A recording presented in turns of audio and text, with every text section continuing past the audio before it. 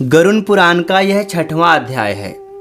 जीव की गर्भावस्था का दुख, गर्भ में पूर्व जन्मों के ज्ञान की स्मृति, जीव द्वारा भगवान से अब आगे दुष्कर्मों को न करने की प्रतिज्ञा, गर्भवास से बाहर आते ही वैष्णवी माया द्वारा उसका मोहित होना तथा गर्भावस्था की प्रतिज्ञा को भुला देना इस अध्याय में दिया हुआ है।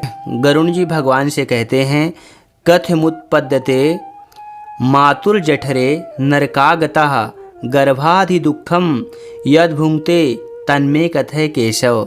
गरुड़ जी ने कहा, हे केशव, नरक से आया हुआ जीव माता के गर्भ में कैसे उत्पन्न होता है?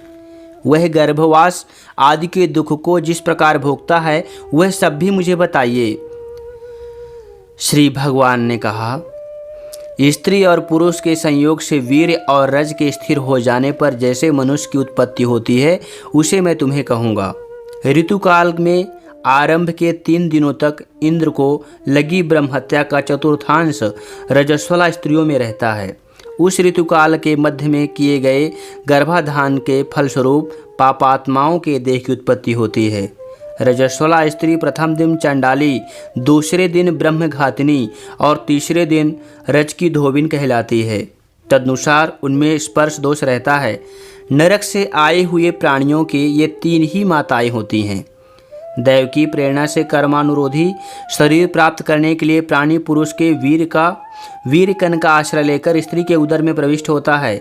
एक रात्रि में वह शुक्राणु कलल के रूप में, 5वें रात्रि में बुदबुद के रूप में, 10 दिन में बेर के समान तथा उसके पश्चात मांसपेशियों से युक्त अंडाकार हो जाता है।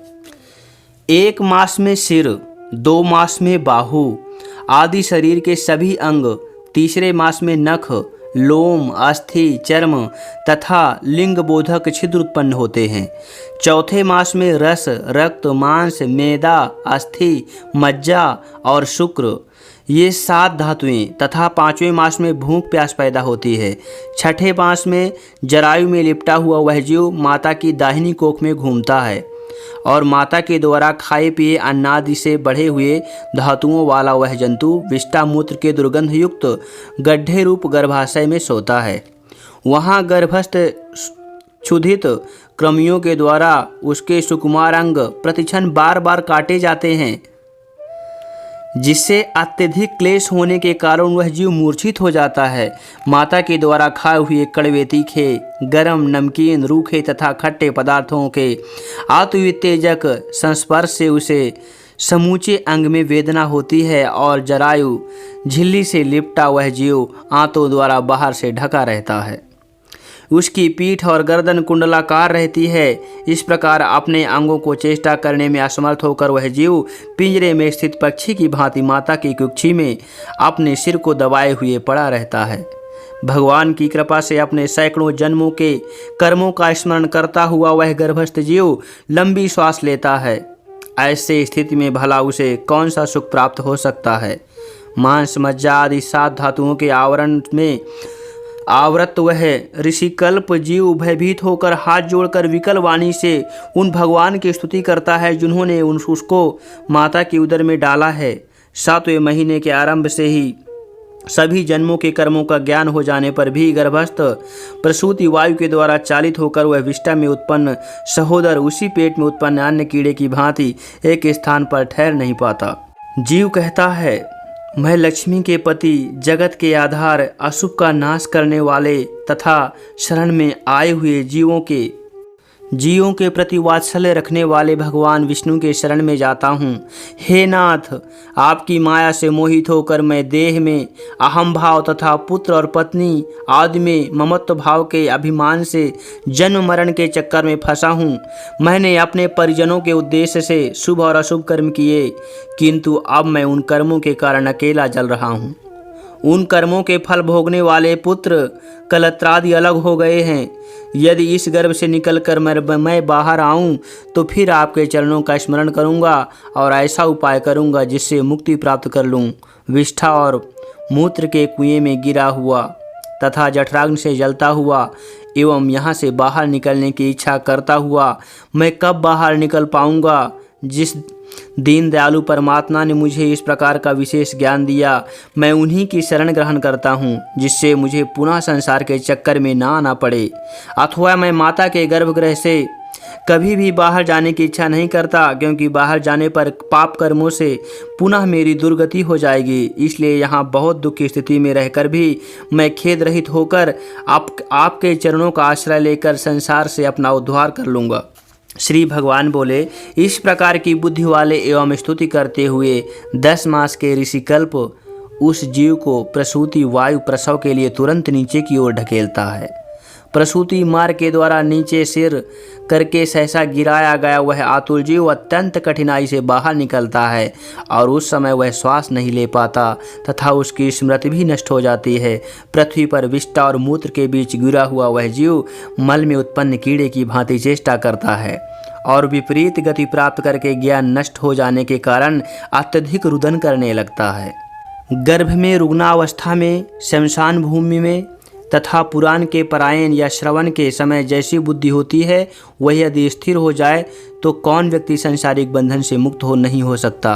कर्म भोग के अनंतर जीव जब गर्भ से बाहर आता है, तब उसी समय वैष्णवी माया उस पुरुष को मोहित कर देती है। उस समय माया के स्पर्श से वह जीव विवश होकर कुछ बोल नहीं पाता। प्रत्युत शैशवादी अवस्था में होने वाले दुखों को पराधीन की भांति भोगता है। उसका पोषण करने वाले लोग उसकी इच्छा जान नहीं पाते, अतः प्रत्याख्यान करने में असमर्थ होने के कारण वह अनभिप्रेत विपरीत स्थिति को प्राप्त हो जाता है। स्वेदक जीवों को दूषित तथा विष्ठा मूत्र से अपवित्र शैया पर सुलाए जाने के कारण अपने अंगों को खुजलाने में, आसन से उठने में तथा अन्य चेष्टाओं करने में वह असमर्थ रहता है।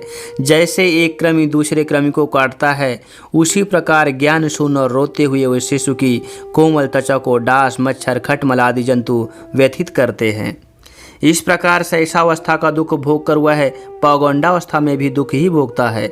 तदनंतर युवावस्था प्राप्त होने पर आसुरी संपत्ति को प्राप्त होता है। तब वह दुर्व्यसनाओं में आसक्त होकर नीच पुरुषों के साथ संबंध बनाता है और वह काम लंपट प्राणी, शास्त्र तथा सत्पुरुषों से द्वेष करता है।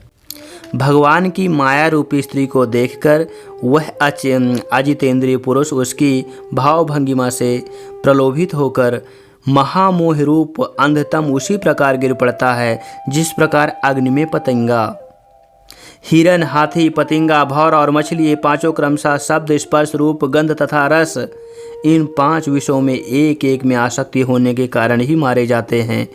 फिर एक प्रमादी व्यक्ति जो 5 इंद्रियों से 5 विषयों को भोग करता है, वह क्यों नहीं मारा जाएगा। अभीप्सित वस्तु की अप्राप्ति की स्थिति में अज्ञान के कारण ही क्रोध हो जाता है और शोक को प्राप्त व्यक्ति देह के साथ ही बढ़ने वाले अभिमान तथा क्रोध के कारण वह कामी व्यक्ति स्वयं अपने नाश हेतु दूसरे के कामी से शत्रुता कर लेता है। इस प्रकार अधिक बलशाली अन्य कमीजनों के द्वारा वह वैसे ही मारा जाता है जैसे किसी बलवान हाथी से दूसरा हाथी। इस प्रकार जो मूर्ख अत्यंत दुर्लभ मानव जीवन को विषयासक्ति के कारण व्यर्थ में नष्ट कर लेता है, उससे बढ़कर पापी और कौन होगा। सैकड़ों योनियों को पार करके पृथ्वी पर दुर्लभ मानव योनि प्राप्त होती है। मानव शरीर प्राप्त होने पर भी वे द्विजत्व की प्राप्ति उससे भी अधिक दुर्लभ है। अति दुर्लभ द्विजत्व को प्राप्त करके जो व्यक्ति द्विजत्व की रक्षा के लिए अपेक्षित धर्म कर्मानुष्ठान नहीं करता, केवल इंद्रियों की तृप्ति में प्रयत्नशील रहता है, उसके हाथ में आया हुआ अमृत स्वरूप वह अवसर उसके प्रमाद से नष्ट हो जाता है।